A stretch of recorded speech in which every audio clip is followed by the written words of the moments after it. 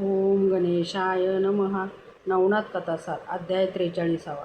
रेवणनाथास सिद्धीची प्राप्ती, त्याची तपश्चर्या व वरप्राप्ती. रेवणनाथाने एका सिद्धिकलेस बोलून दत्तात्रेयास परत पाठविल्यानंतर रेवणनाथ शेतात गेला. दत्तात्रेयाने त्याची त्यावेळेची योग्यता ओळखूनच एक सिद्धकलेवर त्यास समजावून वाटेस लावले. रेवणनाथ शेतात गेला व काम झाल्यावर तो मंत्रप्रयोगाचे गाणे गाऊ लागला. तेव्हा सिद्धी प्रत्यक्ष येऊन उभी राहिली व कोणत्या कारणास्तव मला बोलावले म्हणून विचारू लागली. प्रथम त्याने तिला नाव विचारले, तेव्हा मी सिद्धी आहे असे तिने सांगितले. ज्यावेळी दत्तात्रेयाने रेवणनाथास सिद्धी दिली होती त्या समयी त्याने तिला प्रतापाचे वर्णन करून सांगितले. सिद्धी काम करावयास प्रत्यक्ष येऊन हजर राहील व तू सांगशील ते कार्य करेल. जेवढे उपभोग घेण्याचे पदार्थ पृथ्वीवर आहेत तेवढे सर्व ते एका अर्धक्षणात पुरवेल. जे जे तुझ्या मनात येईल ते ते करील. यास्तव जे तुला कार्य करावयाचे असेल ते तू तिला सांग. अशी तिच्या पराक्रमाची परस्फुटता करून दत्तात्रेयाने त्यास बीजमंत्र सांगितला होता. ती सिद्धी प्राप्त झाल्याचे पाहून रेवणनाथास किंचित गर्व झाला, परंतु स्वभावाने तो निस्पृह होता. एके दिवशी तो आनंदाने मंत्रप्रयोग म्हणत शेतात काम करीत असता महिमा नावाची सिद्धी जवळ येऊन उभी राहिल्याने त्यास परमानंद झाला. त्याने हातातील औत व दोर टाकून तिला सांगितले की जर तू सिद्धी आहेस तर त्या पलीकडच्या झाडाखाली धान्याची रास पडली आहे, ती सुवर्णाची करून मला चमत्कार दाखव, म्हणजे तू सिद्धी आहेस अशी माझी खात्री होईल. मग मला जे वाटेल ते काम मी तुला सांगेन. त्याचे भाषण ऐकून महिमा सिद्धी म्हणाली, मी एका क्षणात धान्याच्या राशी सुवर्णाच्या करून दाखविल. मग तिने धान्याच्या राशी सुवर्णाच्या डोंगराप्रमाणे निर्माण करून दाखविल्या. त्याची खात्री झाली. मग तो तिला म्हणाला, तू आता माझ्यापाशी राहा, तू सर्व काळ माझ्याजवळ असशील, म्हणजे मला जे पाहिजे असेल ते मिळण्यास ठीक पडेल. त्यावर ती म्हणाली, मी आता तुझ्या सानिध्य राहील, परंतु जगाच्या नजरेस न पडता गुप्तरूपाने वागेल. तू माझ्या दर्शनासाठी वारंवार हेका धरून बसू नकोस. तुझे कार्य मी ताबडतोब करीत जाईन. रेवणनाथाने तिच्या म्हणण्यास रुकार दिल्यावर ती सुवर्णाची राश अदृश्य करून गुप्त झाली.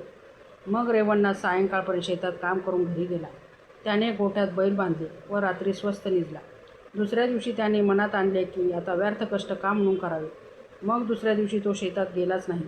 त्यामुळे सुमारे प्रहर दिवसभर वाट पाहून त्याचा बाप सहनसारुक हा त्यास म्हणाला, मुला, तू आज अजूनपर्यंत शेतात का गेला नाहीस? हे ऐकून रेवणनाथाने उत्तर दिले, शेतात जाऊन व रात्रंदिवस कष्ट करून काय मिळवायचे आहे? त्यावर बाप म्हणाला, पोटासाठी शेतात काम केले पाहिजे. शेत पिकले की पोटाची काळजी करावयास नको, नाहीतर खावायचे हाल होतात व उपाशी मरायची पाळी येईल. यावर रेवणनाथ म्हणाला, आपल्या घरात काय कमी आहे म्हणून शेतात जाऊन दिवसभर खपून पोट भरण्यासाठी धान्य पिकवावे? आता मेहनत करण्याचे काही कारण राहिले नाही. ते ऐकून बापाने म्हटले, आपल्या घरात अशी काय श्रीमंती आहे? मी एक एक दिवस कसा लोटीत आहे हे मला माझे ठाऊक. ते ऐकून रेवणनाथ म्हणाला, उगीच तुम्ही खोटे बोलता. सारे घर सोन्याचे व धान्याने भरलेले आहे. मी बोलतो हे खरे की खोटे ते एकदा पाहून तरी या. उगीच काळजी का करता? मग बाप पाहू लागला असता घरात सोन्याच्या व धान्याच्या राशी पडलेल्या दिसल्या. त्यावेळेस त्यास मोठे आश्चर्य वाटले. मग हा कोणीतरी अवतारी पुरुष असावा असे त्याच्या मनात ठसले व तो रेवणनाथाच्या तंत्राने वागू लागला. रेवणनाथाचा बुंधुलगाव मोठा असून रहदारीच्या रस्त्यावरच होता. यामुळे गावात नेहमी पांथस्थ येत असत. रेवणनाथास सिद्धी प्राप्त झाल्यानंतर गावात येणाऱ्या पांथस्थास रेवणनाथ इच्छाभोजन घालू लागला. ही बातमी साऱ्या गावात पसरली. मग लोकांच्या टोळ्या त्याच्या घरी जाऊ लागल्या. वस्त्र, पात्र, अन्न, धान्य आदी करून जे ज्यास पाहिजे ते देऊन रेवणनाथ त्यांचे मनोरथ पुरवीत असे. रोगी मनुष्याचे रोगही जात असत. मग ते त्याची कीर्ती वर्णन करून जात. यामुळे रेवणनाथ जिकडे तिकडे प्रसिद्ध झाला. सर्व लोक त्यास रेवणसिद्ध असे म्हणू लागले. इकडे मच्छिंद्रनाथ तीर्थयात्रा करीत फिरत असता बुंधुल गावात येऊन धर्मशाळेत उतरला. मच्छिंद्रनाथ श्रीगुरूचे चिंतन करीत आनंदाने बसला असता कित्येक लोक त्या धर्मशाळेत गेले. त्यांनी त्यास भोजनासाठी रेवणनाथाचे घर दाखवून दिले व त्याने विचारल्यावरून लोकांनी रेवणसिद्धीची समूळ माहिती सांगितली. ती ऐकून रेवणनाथ चमस नारायणाचा अवतार आहे असे मच्छिंद्र मनात समजला. नंतर जास्त माहिती काढण्याकरता रेवणनाथास कोण प्रसन्न झाला म्हणून मच्छिंद्रनाथाने लोकास विचारले, परंतु लोकास त्यास त्यांच्या गुरूची माहिती नसल्यामुळे त्याचा गुरु कोण हे कोणी सांगेना. मग मच्छिंद्रनाथाने काही पशु, पक्षी, वाघ, सिंह निर्माण करून त्यास तो आपल्या अंगाखांद्यावर खेळवून एके ठिकाणी खावास घालू लागला. हा चमत्कार पाहून हा सुद्धा कोणी ईश्वरी अवतार असावा असे मच्छिंद्रनाथाविषयी लोक बोलू लागले. हा प्रकार लोकांनी रेवणसिद्धीच्या कानावर घातला व हा अद्भुत चमत्कार प्रत्यक्ष पाहायचा म्हणून सांगितला. हे वृत्त ऐकून रेवणसिद्ध ते स्वतः पाहायस गेला. सिंह, वाघ आदी करून हिंस्र जनावरे तसेच पशुपक्षीसुद्धा मच्छिंद्रनाथाच्या अंगाखांद्यावर नैवेर खेळत आहेत असे पाहून त्यास चमत्कार वाटला. रेवणनाथ घरी गेला व दत्त मंत्रप्रयोग म्हणतात त्याने प्रत्यक्ष सिद्धी येऊन प्रविष्ट झाली. तिने कोणत्या कारणास्तव बोलवले म्हणून विचारता तो म्हणाला, मच्छिंद्रनाथाप्रमाणे पशुपक्ष्यांनी माझ्या अंगाखांद्यावर प्रेमाने खेळावे व माझ्या आज्ञेत असावे असे झाले पाहिजे. ते ऐकून तिने सांगितले की ही गोष्ट ब्रह्मावेत्या वाचून दुसऱ्याच्याने होणार नाही. या सर्व गोष्टी तुला पाहिजे असल्यास प्रथम तो ब्रह्मावेत्ता हो. मग रेवणसिद्धाने तिला सांगितले की असे जर आहे तर तू मला ब्रह्मावेत्ता कर. तेव्हा तिने सांगितले की तुझा गुरु दत्तात्रेय सर्व समर्थ आहे. ह्यास्तव तू त्याची प्रार्थना कर, म्हणजे तो स्वत येऊन तुझ्या मनासारखे करेल. असे सिद्धीने सांगितल्यावर तसे करण्याचा त्याने निश्चय केला.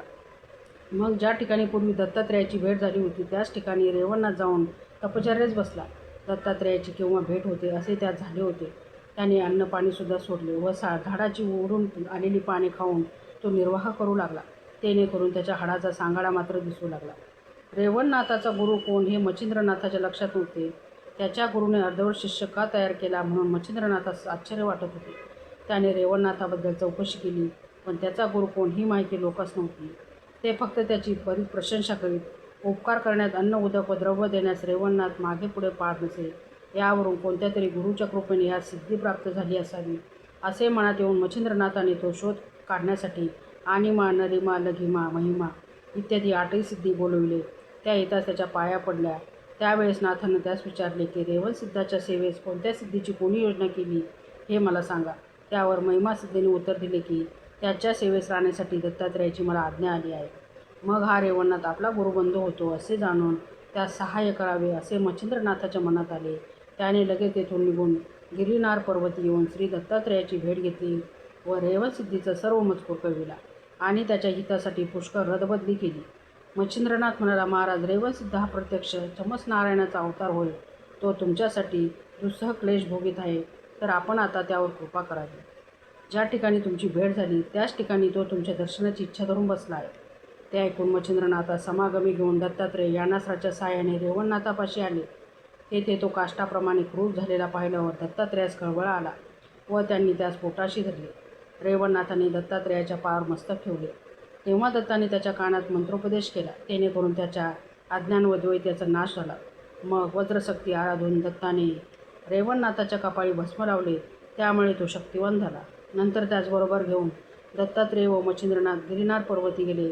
तेथे त्यास पुष्कळ दिवस ठेवून घेऊन शास्त्र शुद्ध सर्व विद्यात निपुण केले. तेव्हा आता आपण एकरूप झालो असे रेवणनाथास भासू लागले. त्याचा द्वैतभाव नाहीसा होता. सर्व पशुपक्षी नैवेर होऊन रेवणनाथाजवळ येत व त्याच्या पाया पडत. दत्ताने रेवणनाथास नागपंथाची शिक्षा देऊन मच्छिंद्रनाथाप्रमाणे शास्त्र सर्व विद्यात निपुण करून त्यास त्याच्या स्वाधीन केले. मग ते उभयता मार्तंड पर्वती गेले. तेथे त्यांनी नागेश्वर स्थान पाहून देवदर्शन घेतले व वर मिळून साबरी मंत्र सिद्ध केले. सर्व विद्येत परिपूर्ण झाल्यानंतर गिरिनार पर्वती येऊन तेथे मावंदे घालण्याचा रेवणनाथाने भेद केला. या समारंभास विष्णू, शंकर आदी करून सर्व देवगण येऊन पोचले. 4 दिवस समारंभ उत्तम झाला. मग सर्व देव रेवणनाथास वर देऊन आपापल्या स्थानी गेले. रेवणनाथही दत्तात्रेयाच्या आज्ञेने तीर्थयात्रा करायस निघाला. त्याकाली माण देशात विटे तीर्थयात्रा गावात सरस्वती या नावाचा एक ब्राह्मण असे.